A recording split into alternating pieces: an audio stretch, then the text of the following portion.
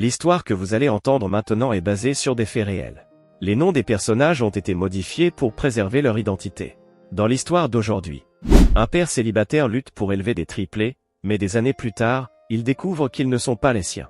Prenez un moment pour réfléchir à la leçon que cette histoire va vous offrir et, si vous êtes capable de comprendre, commentez ci-dessous afin que plus de personnes comprennent, et partagez-la avec ceux que vous aimez.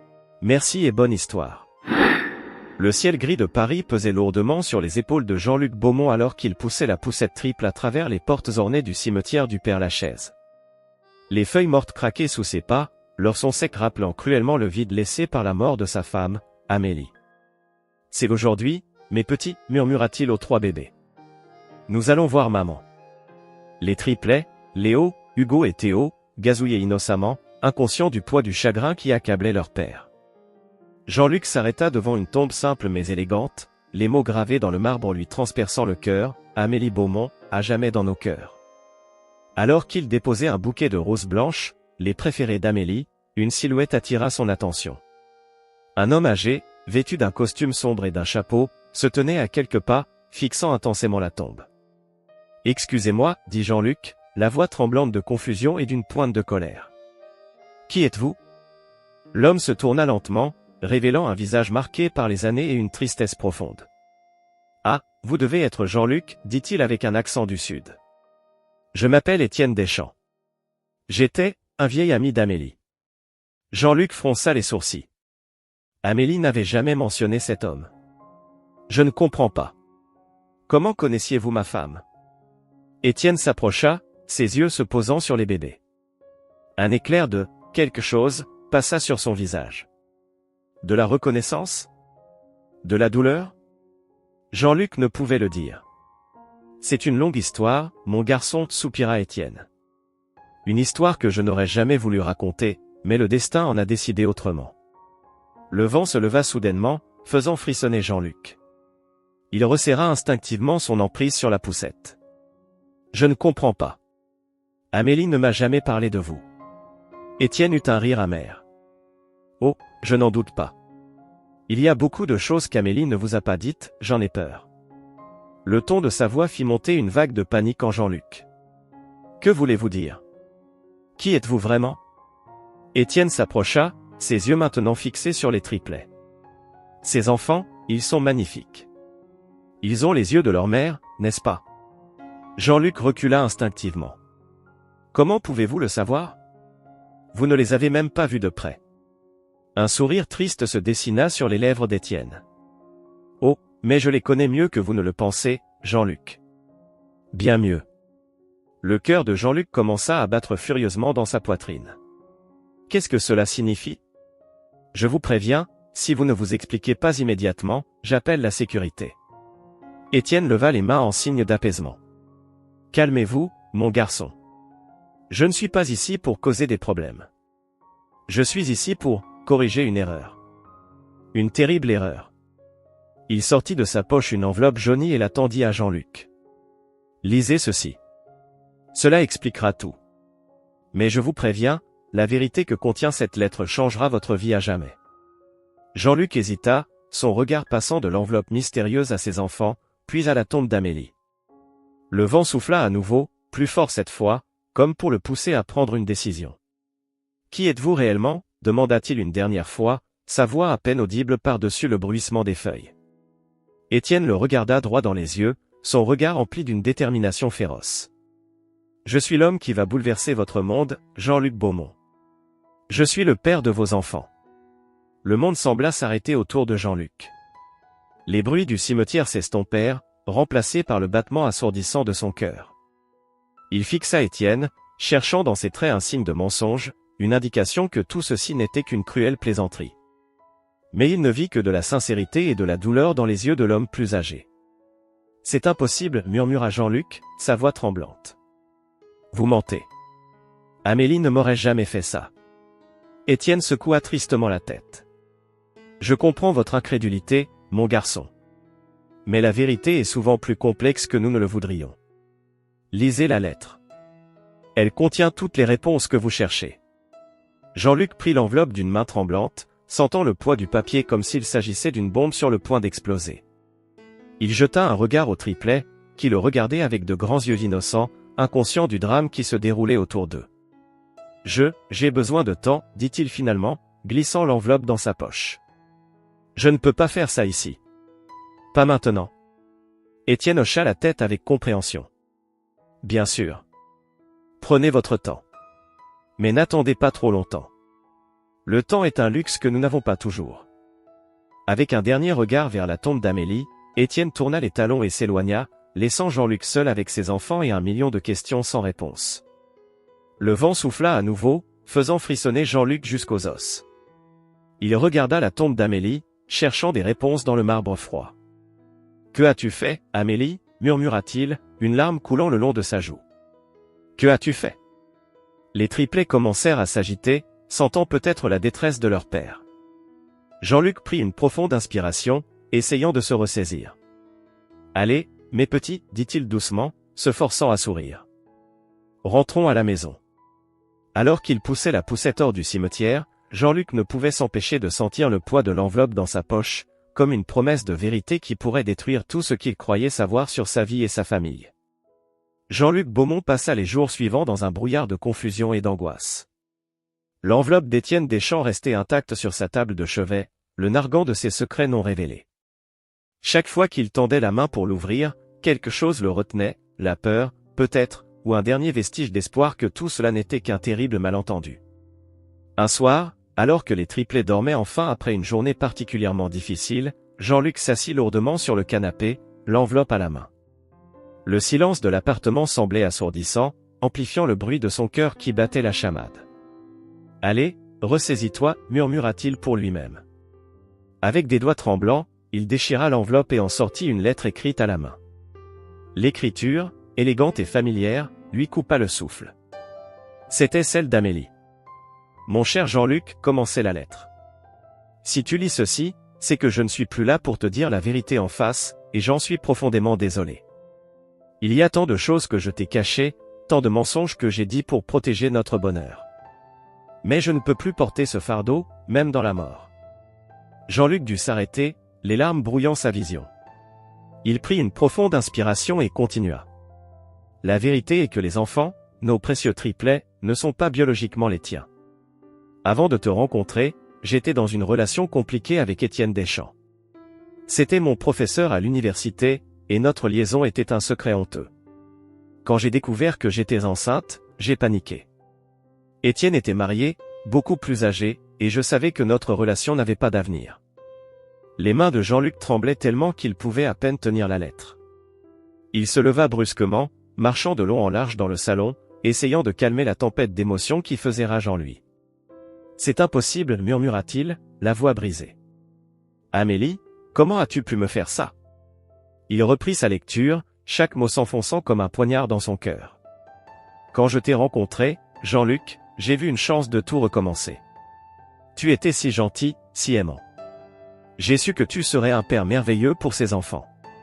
Alors j'ai menti. Je t'ai dit que les bébés étaient les tiens, que nous allions fonder une famille ensemble. Je me suis dit que c'était pour le mieux, que personne ne serait blessé par ce mensonge. » Jean-Luc laissa échapper un rire amer. « Personne ne serait blessé ? Oh, Amélie, si tu savais. Je sais que ce que j'ai fait est impardonnable, » continuait la lettre. « Mais je t'en prie, ne laisse pas ma trahison affecter l'amour que tu portes à nos enfants. Ils sont innocents dans tout cela, et ils ont besoin de toi. Tu es leur père dans tous les sens qui comptent vraiment. » La lettre se terminait par des excuses déchirantes et des déclarations d'amour, mais Jean-Luc pouvait à peine les lire à travers ses larmes. Soudain, un cri perçant retentit depuis la chambre des enfants. Jean-Luc sursauta, momentanément arraché à son tourment. Il se précipita dans la chambre pour trouver Léo en pleurs, ses frères commençant à s'agiter à leur tour. Alors qu'il prenait Léo dans ses bras, berçant doucement le bébé, Jean-Luc fut frappé par une vague d'émotions contradictoires. Colère, trahison, amour, confusion, tout tourbillonnait en lui comme une tempête furieuse. « Chut, mon petit » murmura-t-il, sa voix tremblante. « Papa est là. » Le mot « papa » lui resta dans la gorge. Était-il vraiment leur père? Ces enfants qu'il avait aimés depuis le premier instant, pour lesquels il avait sacrifié tant de choses, étaient-ils vraiment les siens? Jean-Luc passa le reste de la nuit dans la chambre des enfants, les regardant dormir, cherchant désespérément dans leur petit visage une ressemblance avec lui-même. Mais tout ce qu'il voyait maintenant, c'était Amélie, et l'ombre d'un homme qu'il ne connaissait pas. Au petit matin, épuisé et les yeux rougis, Jean-Luc prit une décision. Il devait parler à Étienne Deschamps. Il devait connaître toute la vérité, peu importe à quel point elle serait douloureuse. Avec des gestes mécaniques, il prépara les bébés pour la journée, son esprit ailleurs. Alors qu'il nourrissait Hugo, son téléphone vibra. Un message d'un numéro inconnu. « J'espère que vous avez lu la lettre. Nous devons parler. Retrouvez-moi au café Le Procope à midi. Étienne. » Jean-Luc fixa l'écran, sentant son cœur s'accélérer. Le moment de vérité approchait, et il ne savait pas s'il était prêt à y faire face. « Qu'est-ce que je vais faire ?» murmura-t-il, regardant les triplés qui jouaient innocemment sur leur tapis d'éveil. « Comment suis-je censé gérer tout ça ?» Mais au fond de lui, Jean-Luc savait qu'il n'avait pas le choix. Pour le bien des enfants, pour son propre bien, il devait affronter cette vérité, aussi douloureuse soit-elle. Avec un dernier regard vers les bébés, il prit son téléphone et répondit. « J'y serai. » Le destin était en marche, et rien ne serait plus jamais comme avant. Le café Le Procope bourdonnait d'activité lorsque Jean-Luc y entra, son cœur battant la chamade. Il repéra immédiatement Étienne Deschamps, assis seul à une table du fond, ses yeux fixés sur la porte comme s'il attendait ce moment depuis des années. Jean-Luc s'approcha lentement, chaque pas semblant le rapprocher d'un précipice. « Monsieur Deschamps, dit-il froidement en s'asseyant. Étienne hocha la tête. « Jean-Luc. Je suis heureux que vous soyez venu. » Un silence pesant s'installa entre eux, rompu seulement par le bruit des conversations environnantes et le tintement des tasses. « Pourquoi ?» demanda finalement Jean-Luc, sa voix à peine plus forte qu'un murmure. « Pourquoi maintenant ? Pourquoi pas quand Amélie était encore ?» Sa voix se brisa sur le dernier mot. Étienne soupira profondément. « Je ne savais pas, avoua-t-il. Amélie a coupé tout contact avec moi quand elle a découvert qu'elle était enceinte. Je n'ai appris son décès et l'existence des enfants que récemment. » Jean-Luc serra les poings sous la table. « Et vous pensez que cela justifie de venir bouleverser nos vies ? Ces enfants sont les miens. Je les ai élevés depuis leur naissance. » Étienne leva les mains en signe d'apaisement. « Je comprends votre colère, Jean-Luc. Mais essayez de comprendre ma position. J'ai découvert que j'avais des enfants que je n'ai jamais eu la chance de connaître. Et c'est supposé me faire me sentir mieux, cracha Jean-Luc. Vous voulez que je vous les donne, c'est ça ? Que je renonce à mes enfants pour un étranger ? » Les yeux d'Étienne s'adoucirent. « Non, ce n'est pas ce que je veux. Je sais que vous êtes leur père dans tous les sens qui comptent. Je veux juste faire partie de leur vie, d'une manière ou d'une autre. » Jean-Luc se sentit soudain épuisé. Il passa une main tremblante sur son visage. « Je ne sais pas si je peux faire ça. Chaque fois que je les regarde maintenant, je vois le mensonge. Je vois Amélie me trahissant. » Étienne tendit la main, hésitant, avant de la poser sur celle de Jean-Luc. « Je sais que c'est dur. Mais ces enfants ont besoin de vous. Vous êtes le seul père qu'ils aient jamais connu. » Jean-Luc retira brusquement sa main. « Et que suis-je censé leur dire quand ils seront plus grands ? Désolé les enfants, papa n'est pas vraiment votre papa. » La vérité finit toujours par éclater, dit doucement Étienne. Ne vaut-il pas mieux qu'ils l'apprennent de vous, avec amour et compréhension, plutôt que par accident plus tard ? Jean-Luc ferma les yeux, submergé par l'émotion. Des images des triplés défilèrent dans son esprit, leur premier sourire, leur premier pas, leurs petites mains agrippant ses doigts. Comment pourrait-il jamais les abandonner ? Je ne peux pas, murmura-t-il. Je ne peux pas les perdre. Ils sont tout ce qu'il me reste d'Amélie. Étienne hocha lentement la tête. Je comprends. Mais peut-être pourrions-nous trouver un moyen de coexister dans leur vie ? Je ne cherche pas à vous remplacer, Jean-Luc. Je veux juste avoir la chance de les connaître. Jean-Luc ouvrit les yeux, fixant Étienne avec intensité. Et si je refuse ? Si je vous dis de partir et de ne jamais revenir ? Le visage d'Étienne se durcit. Alors j'aurai recours aux tribunaux. Je ne veux pas en arriver là, Jean-Luc, mais ce sont aussi mes enfants. J'ai des droits. Ces mots frappèrent Jean-Luc comme un coup de poing. La réalité de la situation le frappa de plein fouet. Il pourrait perdre ses enfants, non seulement émotionnellement, mais aussi légalement. J'ai besoin de temps, dit-il finalement, sa voix tremblante. Je ne peux pas prendre cette décision maintenant. Étienne acquiesça. Je comprends. Prenez le temps qu'il vous faut. Mais s'il vous plaît, réfléchissez sérieusement. Pour le bien des enfants. Jean-Luc se leva brusquement, incapable de supporter cette conversation plus longtemps. Je vous contacterai, dit-il avant de se précipiter hors du café. Les jours suivants furent un tourbillon d'émotions pour Jean-Luc. Chaque moment passé avec les triplets était teinté de doute et de peur. Il se surprenait à scruter leur visage, cherchant des traits qui pourraient appartenir à Étienne. Une nuit, alors qu'il berçait Théo qui refusait de s'endormir, Jean-Luc sentit les larmes couler sur ses joues. « Je suis désolé, murmura-t-il au bébé endormi. Je suis tellement désolé que tout soit si compliqué. Théo bougea dans son sommeil, sa petite main s'agrippant au t-shirt de Jean-Luc. Ce simple geste brisa quelque chose en lui. Non, dit-il fermement, serrant Théo contre lui. Vous êtes mes enfants.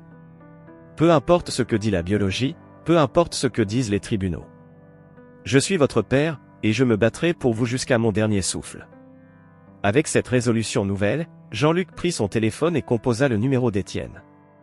Quand l'homme décrocha, Jean-Luc parla d'une voix claire et déterminée. Nous devons parler. Et cette fois, c'est moi qui fixerai les conditions. Le sort des triplés et l'avenir de cette famille peu conventionnelle allait se jouer, et Jean-Luc était prêt à se battre pour l'amour qui comptait vraiment, celui qu'il portait à ses enfants, biologiques ou non. Le parc des Buttes-Chaumont était baigné dans la lumière dorée du soleil couchant lorsque Jean-Luc y arriva, poussant la poussette triple avec détermination. Il avait choisi cet endroit pour sa rencontre avec Étienne, voulant que les enfants soient présents pour cette conversation cruciale. Étienne attendait près du lac, son visage s'illuminant à la vue des triplets. Ils ont tellement grandi, murmura-t-il, s'approchant lentement. Jean-Luc se raidit instinctivement. N'approchez pas trop, dit-il d'une voix tendue. Nous devons d'abord parler. Étienne hocha la tête, reculant d'un pas. Je vous écoute, Jean-Luc. Jean-Luc prit une profonde inspiration, cherchant ses mots. J'ai beaucoup réfléchi ces derniers jours. À Amélie, aux enfants, à vous, à tout ce gâchis. Il fit une pause, regardant les triplés qui gazouillaient joyeusement, inconscients du drame qui se jouait autour d'eux. Ces enfants sont toute ma vie, continua-t-il, sa voix se brisant légèrement. Je les ai aimés depuis le premier instant, je les ai nourris, changés, consolés. J'ai été là pour chaque premier pas, chaque premier mot. Je suis leur père, Étienne. Peut-être pas biologiquement, mais dans tous les sens qui comptent vraiment. Étienne ouvrit la bouche pour parler, mais Jean-Luc leva la main pour l'interrompre. Laissez-moi finir, s'il vous plaît. Je comprends que vous vouliez faire partie de leur vie. Je comprends que vous ayez des droits légaux. Mais je ne peux pas les perdre. Ça me tuerait. Les yeux d'Étienne s'adoucirent. Je ne veux pas vous les enlever, Jean-Luc. Ce n'est pas mon intention. Jean-Luc hocha la tête, les larmes aux yeux. Je sais. Et c'est pourquoi j'ai pris une décision. Une décision qui, j'espère, sera la meilleure pour tout le monde, surtout pour Léo, Hugo et Théo. Il prit une profonde inspiration avant de continuer. Je suis prêt à vous laisser faire partie de leur vie. Pas comme un père, mais comme un grand-père, peut-être. Vous pourriez les voir régulièrement, participer à des événements importants de leur vie. Mais à une condition. Étienne se pencha en avant, attentif. Laquelle? Nous ne leur dirons rien sur leur véritable origine avant qu'ils ne soient en âge de comprendre. Et quand ce moment viendra, nous le ferons ensemble, en leur expliquant que la famille, c'est bien plus que le sang. Le silence tomba entre eux, uniquement rompu par les rires des triplés et le bruissement des feuilles dans la brise du soir. Étienne semblait lutter intérieurement, son visage passant par une myriade d'émotions. Finalement, il hocha lentement la tête. D'accord, dit-il doucement. J'accepte vos conditions, Jean-Luc. Vous avez raison, le bien-être des enfants doit passer avant tout. Jean-Luc sentit un poids immense se lever de ses épaules. Il tendit la main à Étienne, qui la serra avec gratitude. Merci, murmura Jean-Luc. Je sais que ce n'est pas facile pour vous non plus. Étienne sourit tristement. Non, ça ne l'est pas. Mais c'est la bonne chose à faire. Amélie? Amélie aurait voulu que nous trouvions un moyen de coexister pacifiquement. À la mention d'Amélie, les deux hommes échangèrent un regard chargé d'émotion. Malgré leurs différends, ils partageaient une perte commune, un amour pour une femme qui les avait tous deux marqués profondément. « Voulez-vous les tenir ?» proposa Jean-Luc, faisant un geste vers les triplets. Les yeux d'Étienne s'illuminèrent. « Vraiment ? Je peux ?» Jean-Luc hocha la tête, un petit sourire aux lèvres. « Oui. Après tout, vous êtes leur grand-père maintenant. » Avec des gestes précautionneux, presque révérencieux, Étienne prit Léo dans ses bras. Le bébé le regarda avec de grands yeux curieux avant de gazouiller joyeusement. « Bonjour, mon petit, murmura Étienne, les larmes aux yeux. Je suis tellement heureux de enfin te rencontrer. Jean-Luc observa la scène, le cœur serré. C'était étrange, douloureux même, de voir un autre homme tenir son fils avec tant d'amour. Mais en même temps, il y avait quelque chose de beau dans ce moment, quelque chose qui parlait de guérison et de nouveau départ. Nous allons y arriver, se dit-il à lui-même. Pour eux, nous allons y arriver. Alors que le soleil disparaissait derrière les arbres, jetant des ombres longues sur le parc, Jean-Luc et Étienne commencèrent à parler doucement, partageant des histoires sur les triplets, sur Amélie, sur la vie qu'ils avaient vécue et celle qui les attendait. Ce n'était pas parfait, ce n'était pas simple, mais c'était un début. Un nouveau chapitre dans l'histoire de cette famille peu conventionnelle, une histoire d'amour, de perte, de pardon et, surtout, de l'infinie capacité du cœur humain à s'adapter et à aimer malgré les circonstances.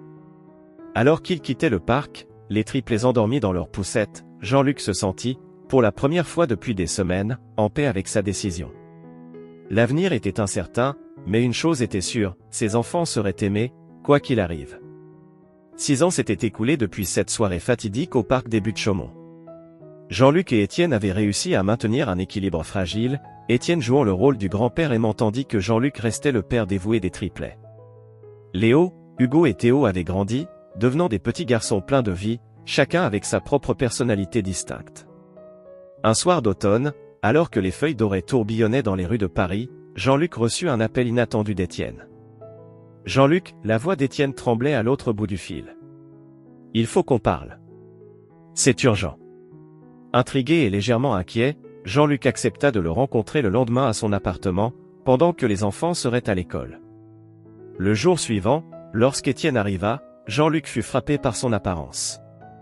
L'homme semblait avoir vieilli de 10 ans en une nuit, son visage creusé par l'inquiétude. « Que se passe-t-il, Étienne » demanda Jean-Luc, lui servant une tasse de café. Étienne prit une profonde inspiration. « Jean-Luc, j'ai découvert quelque chose qui va tout changer. » Jean-Luc sentit son cœur se serrer. « De quoi parlez-vous » Étienne sortit une enveloppe de sa veste. « J'ai fait des tests ADN.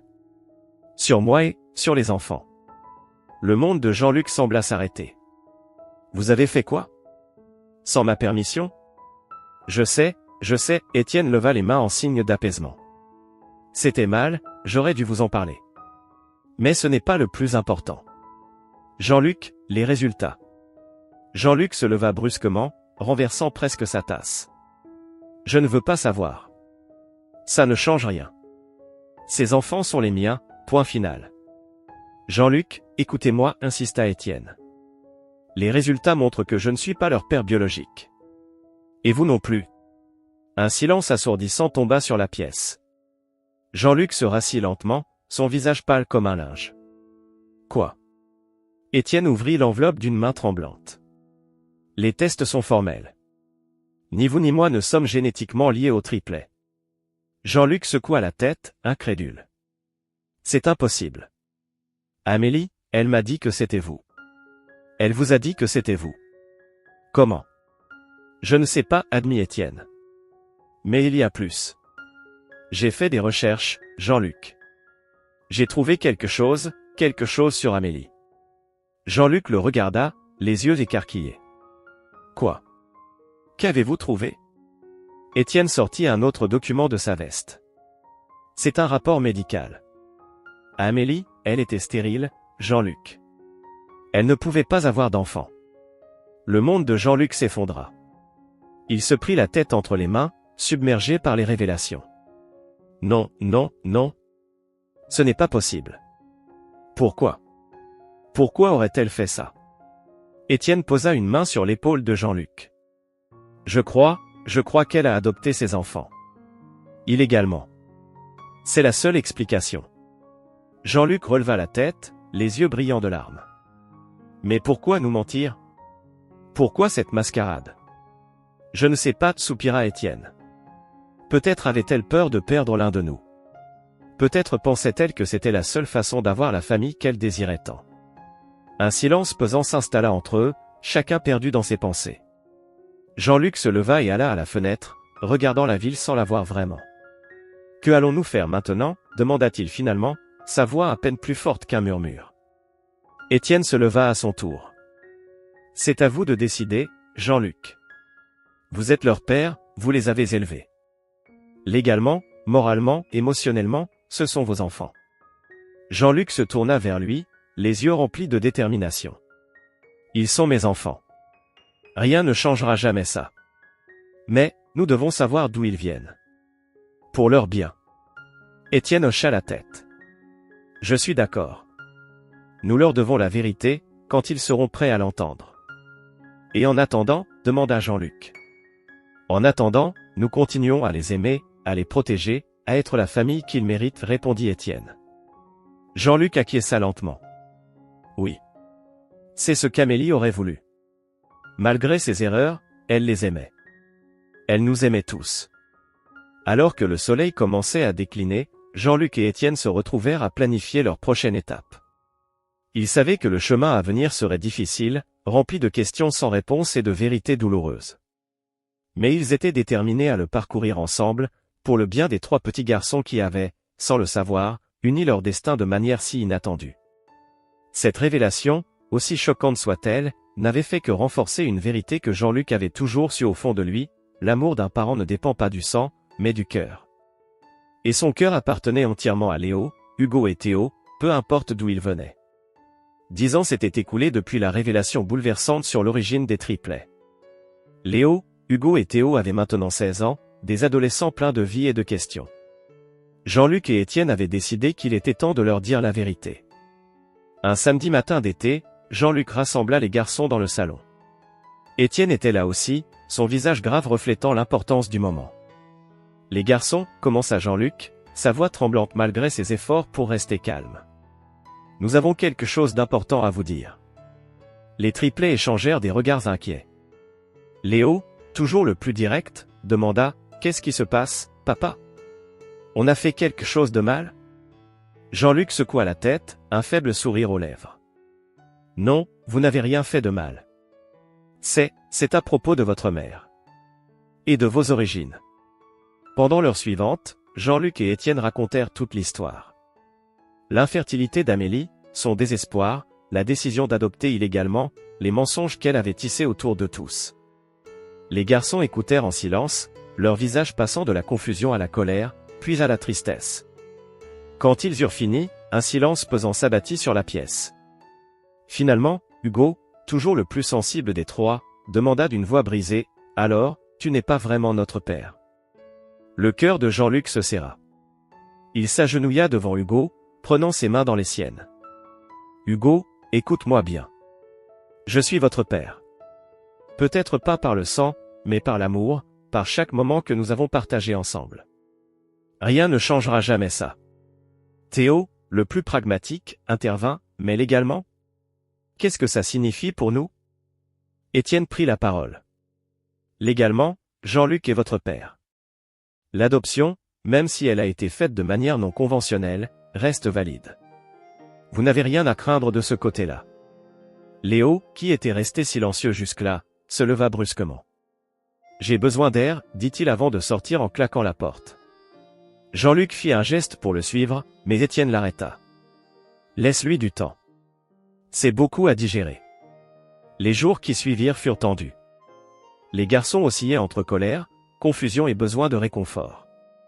Jean-Luc faisait de son mieux pour être présent, pour répondre à leurs questions, pour les rassurer sur son amour inconditionnel. Un soir, alors que Jean-Luc était assis sur la terrasse, perdu dans ses pensées, Léo vint s'asseoir à côté de lui. « Papa » commença-t-il, hésitant. Je suis désolé pour ma réaction l'autre jour. Jean-Luc se tourna vers lui, surpris. Tu n'as pas à t'excuser, Léo. C'est normal d'être bouleversé. Léo hocha la tête. Je sais, mais j'ai réalisé quelque chose. Quand j'étais dehors, en colère, j'ai pensé à tous les moments qu'on a partagés. Les vacances à la mer, les devoirs que tu m'as aidé à faire, les fois où tu m'as consolé quand j'étais triste. Et j'ai compris que ça, c'est ce qui fait un vrai père. Pas le sang. Les yeux de Jean-Luc se remplirent de larmes. Il attira Léo dans une étreinte serrée. Merci, mon fils. Tu ne sais pas à quel point ça compte pour moi. Peu à peu, la famille commença à se reconstruire. Les garçons, après le choc initial, se mirent à poser des questions sur leur mère biologique, sur leurs origines. Jean-Luc et Étienne travaillèrent ensemble pour essayer de retrouver des informations, promettant aux triplets de faire tout leur possible pour découvrir la vérité. 1 an plus tard, leurs efforts portèrent leurs fruits. Ils découvrirent que les triplets étaient nés d'une jeune mère célibataire qui n'avait pas les moyens de les élever. Amélie, dans son désespoir d'être mère, avait arrangé une adoption privée, promettant à la jeune femme que les bébés auraient une bonne vie. Quand les garçons apprirent cela, ce fut comme si une pièce manquante du puzzle se mettait en place. Ils comprirent mieux les actions d'Amélie, même s'ils ne les approuvaient pas totalement.